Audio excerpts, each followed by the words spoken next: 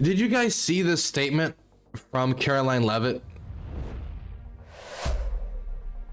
I mean, I think we might have talked about the problem. No, we definitely talked about the allegation that we're giving illegal aliens health care, right? That's the allegation. We're not. What they meant is that we're giving hospitals compensation for undocumented immigrants who get healthcare coverage there but are not covered because they have a Hippocratic oath to treat anybody and everybody. But this is still the betrayal that is being showed by Caroline Leavitt.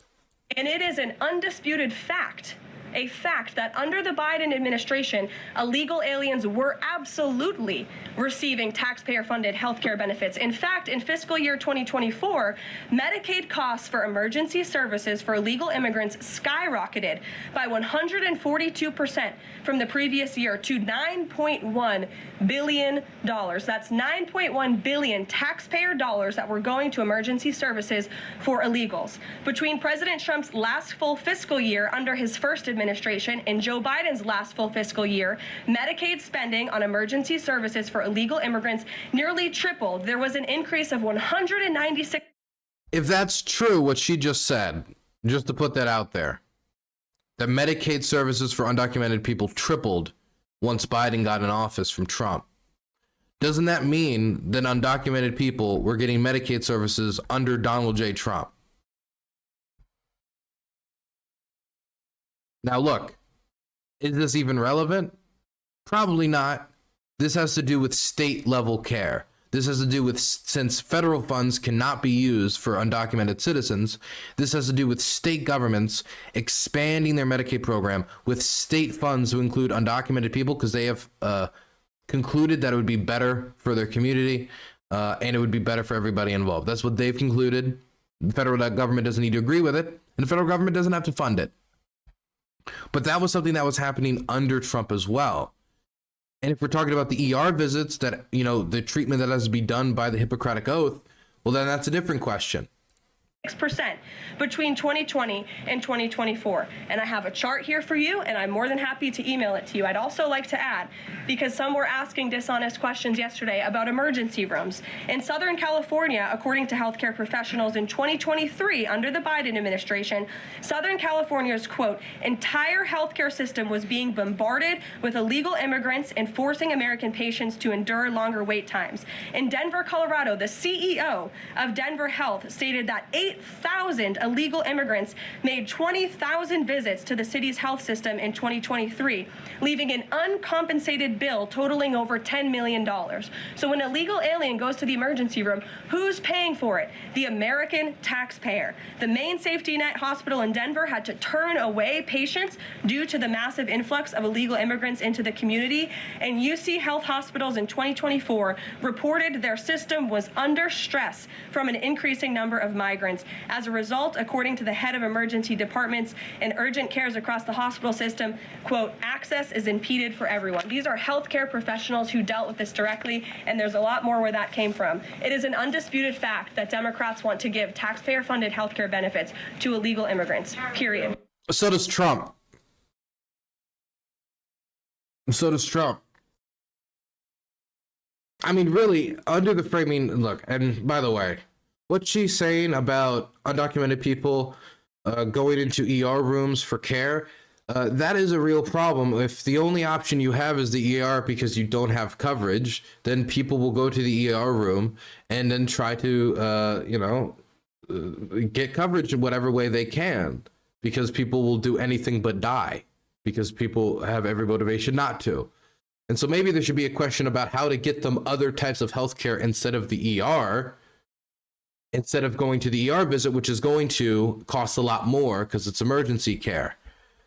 But what she's saying is that, again, the federal government compensates hospitals for care provided to undocumented immigrants because there is a cost. Treating them, the labor cost is a cost. The medicine given to them is a cost.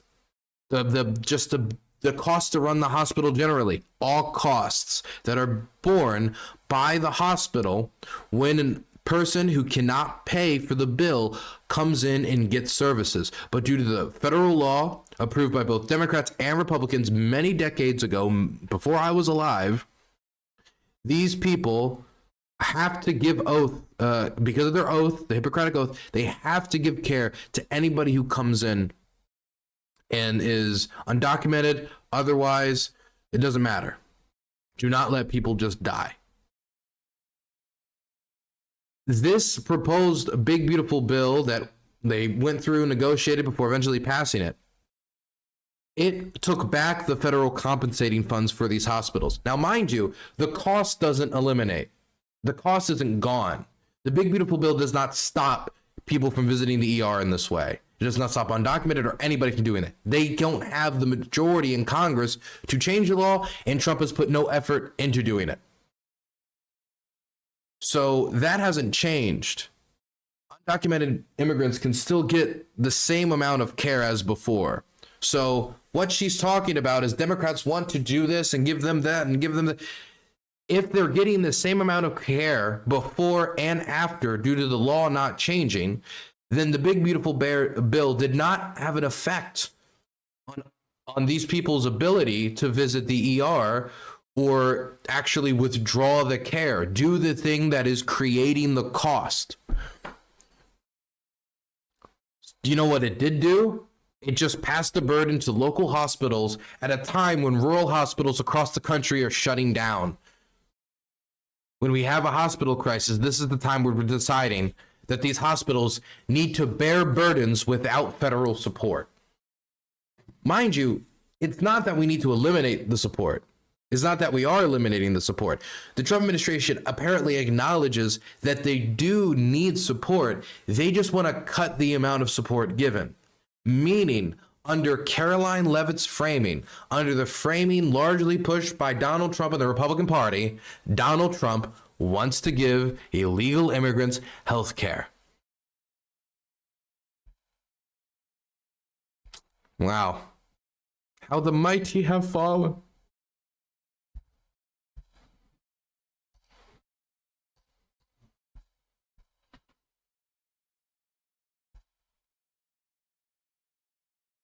Wait, what? Do you not understand? I'll explain it one more time. Donald Trump's big, beautiful bill cuts the fund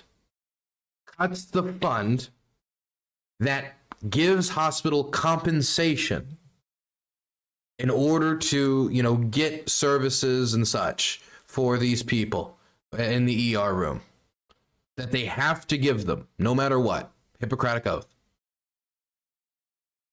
But it doesn't eliminate it, meaning that the Trump government, the Trump administration, still wants to give under their framing. I don't agree to this framing, but under their framing, still wants to give undocumented people health care. They just think it should be less. Mind you, none of this affects the amount of health care these people can take out. All it will do is burden the hospitals that are already facing shutdowns. So we're posturing with the only victim not being the vulnerable undocumented people, just the vulnerable hospitals that are providing community support and that people would rather not see shut down, so they have to drive 2 or 3 counties over in order to get health care.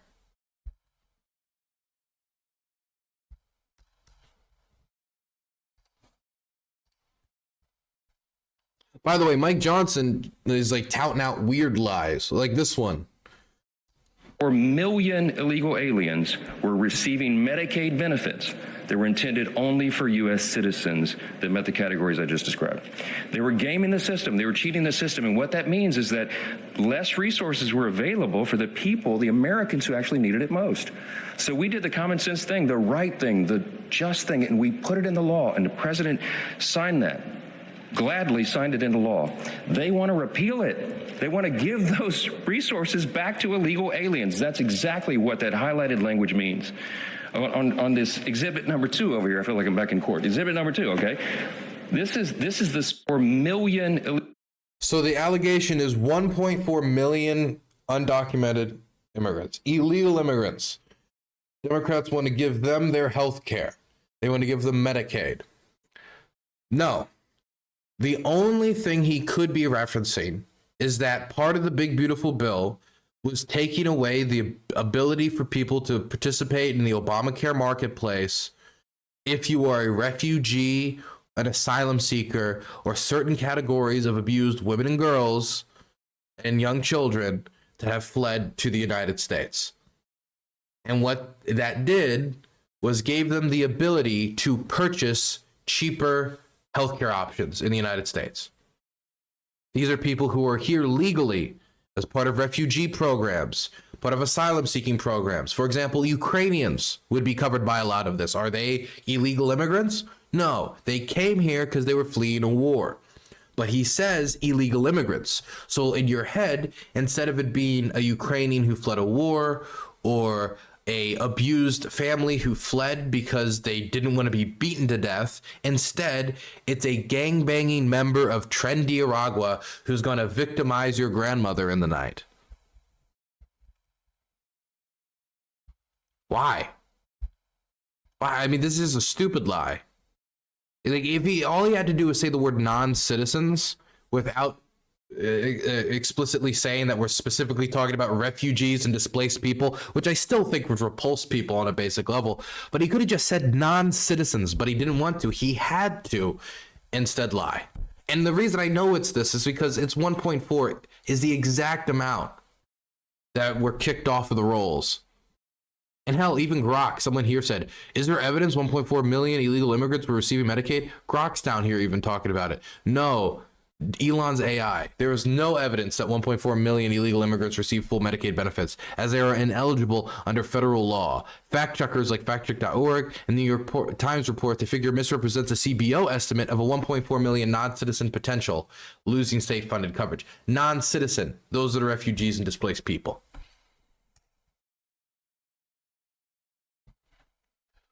By the way, I want to say Democrats right now, I think, are probably pretty bullish.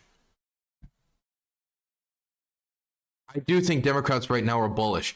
I saw that one independent who tends to caucus with the Democrats, Angus King, he was the only one of 3 people that voted in favor of the clean CR, as Mike Johnson talking about, the clean resolution that would kick the can down the road up till November, close to the end of the year, that Democrats have been pushing against because they say premiums will increase in the meantime. And by the time that you get ready for January, February premiums, these insurance companies, while we're negotiating it, will already have those premiums prepared, ready to charge people, and people will see the health insurance costs go up. Well, again, right now the polling shows Republicans are getting a plurality of the blame, which seems to have shocked some Republican leaders as they are scrambling to run to the TV stations to see if they can push back against this narrative. And this momentum has seen Angus King start to back off, saying, well, maybe we can hold out on the government shutdown. Well, maybe we can hold out on XYZ. And the reason why is the healthcare debate. 75% of Americans want to see the ACA tax credits extended. 75%.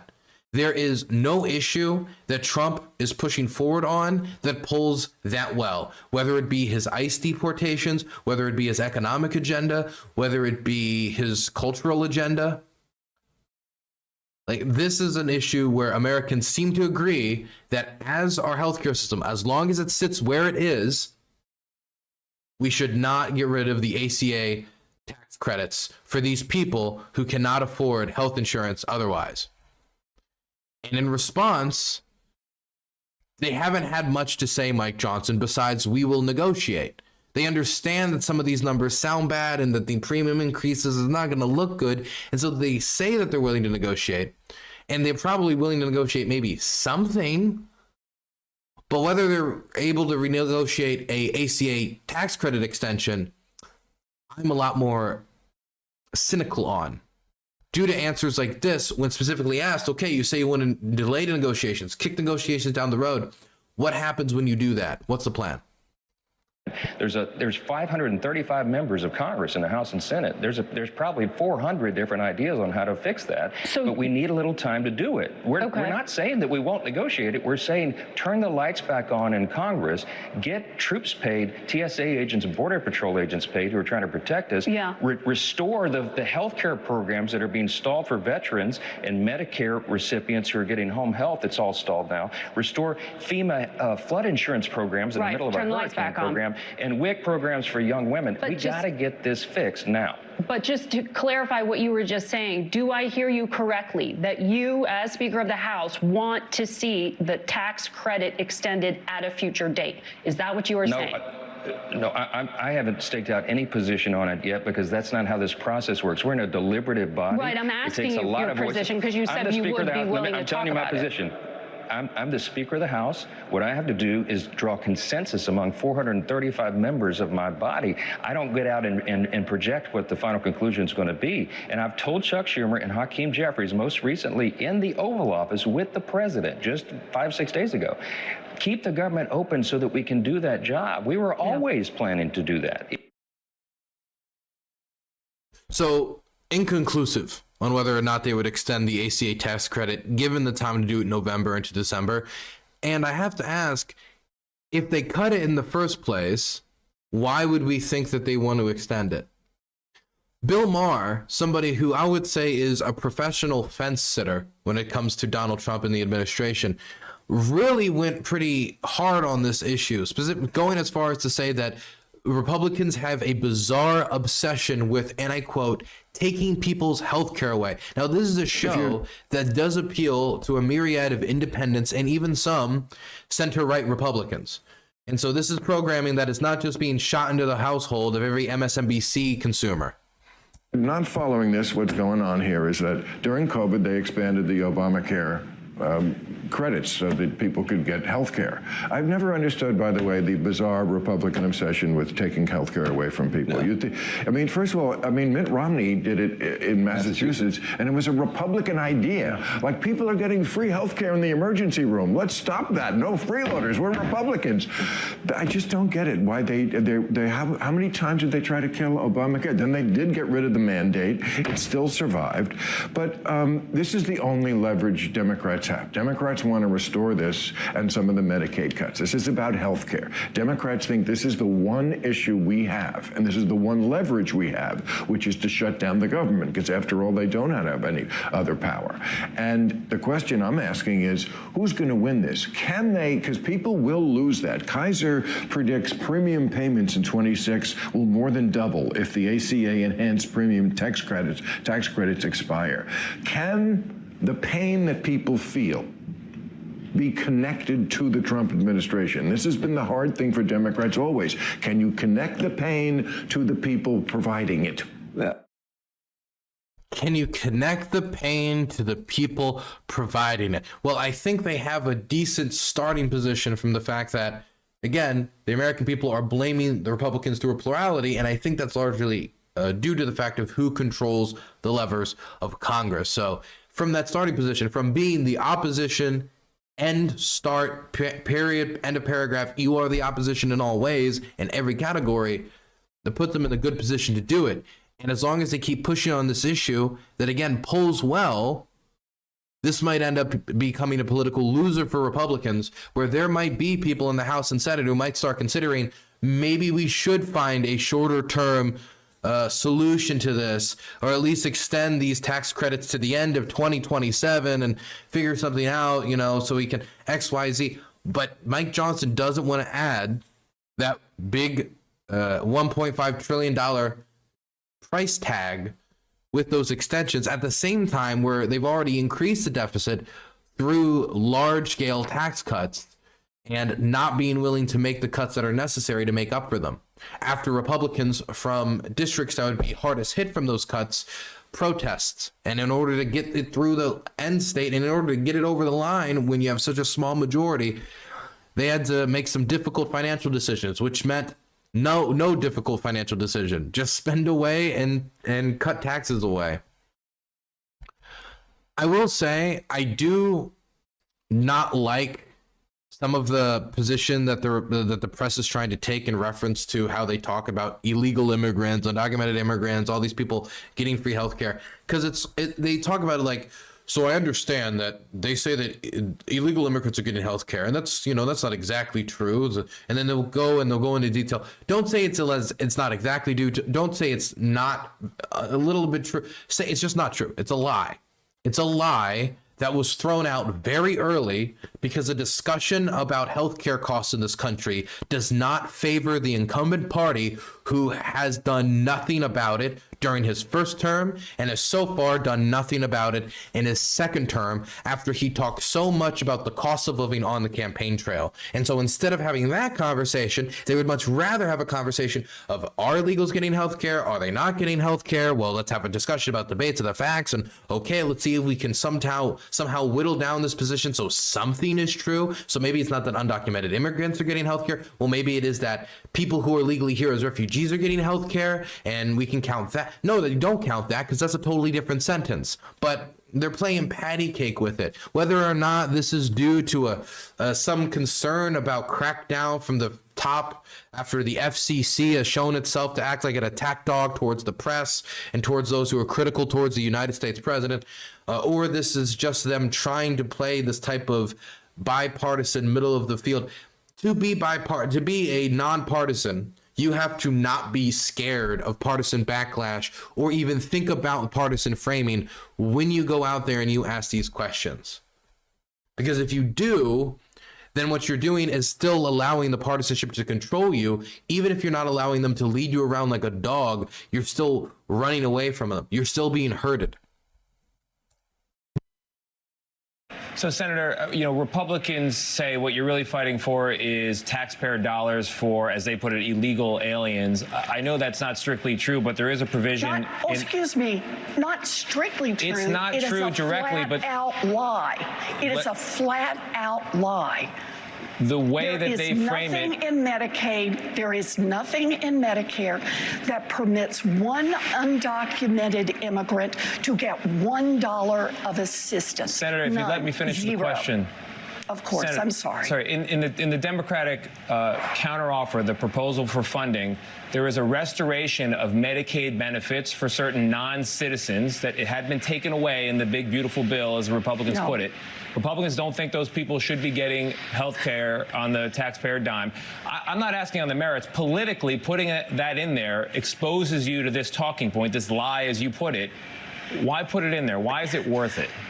No, what's happened is that what we're saying is that whenever hospitals give care, what is going to be the level of reimbursement?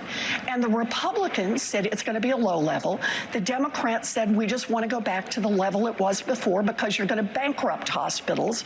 You're going to put rural hospitals out of business. The Republicans and the Democrats plan, nothing changes the number of undocumented immigrants who still get care if they show up bleeding and unconscious at an emergency room.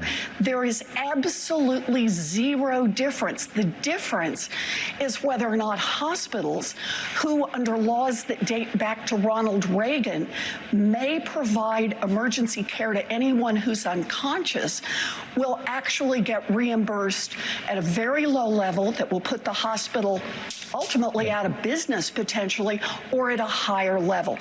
The Republicans, there is no change in the number of undocumented immigrants who get any help under what the Democrats want. Look, Senator, what we're looking for is help for people who are going to get pushed out of nursing homes, Senator, help for people who are at home and relying on home health aides.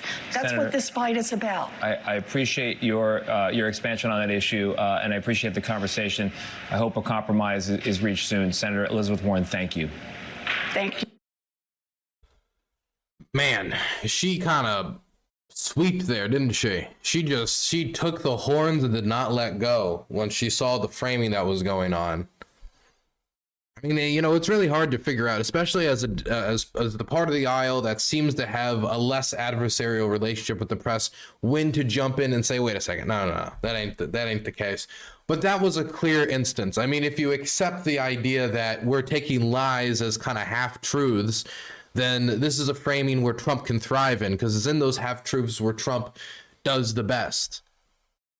Like, well, you know, they're eating dogs, they're eating cats. Well, they might not be eating dogs, they might not be eating cats, but I heard that there was an instance somewhere where an undocumented immigrant shot a duck once and then took it and ate it over their backyard. So that might be totally true, but there was this one time at this over area, and then you're no longer just saying, dude, stop fucking lying, let's talk policy.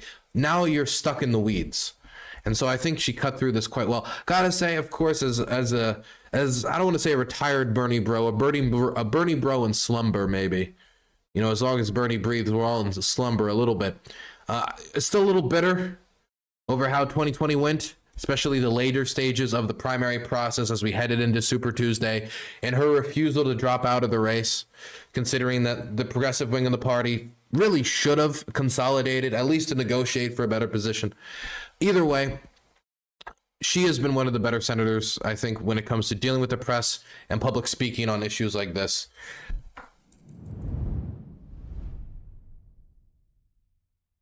Extremely frustrating primary. Oh, it made you want to tear your hair out. It made you want to tear your hair out.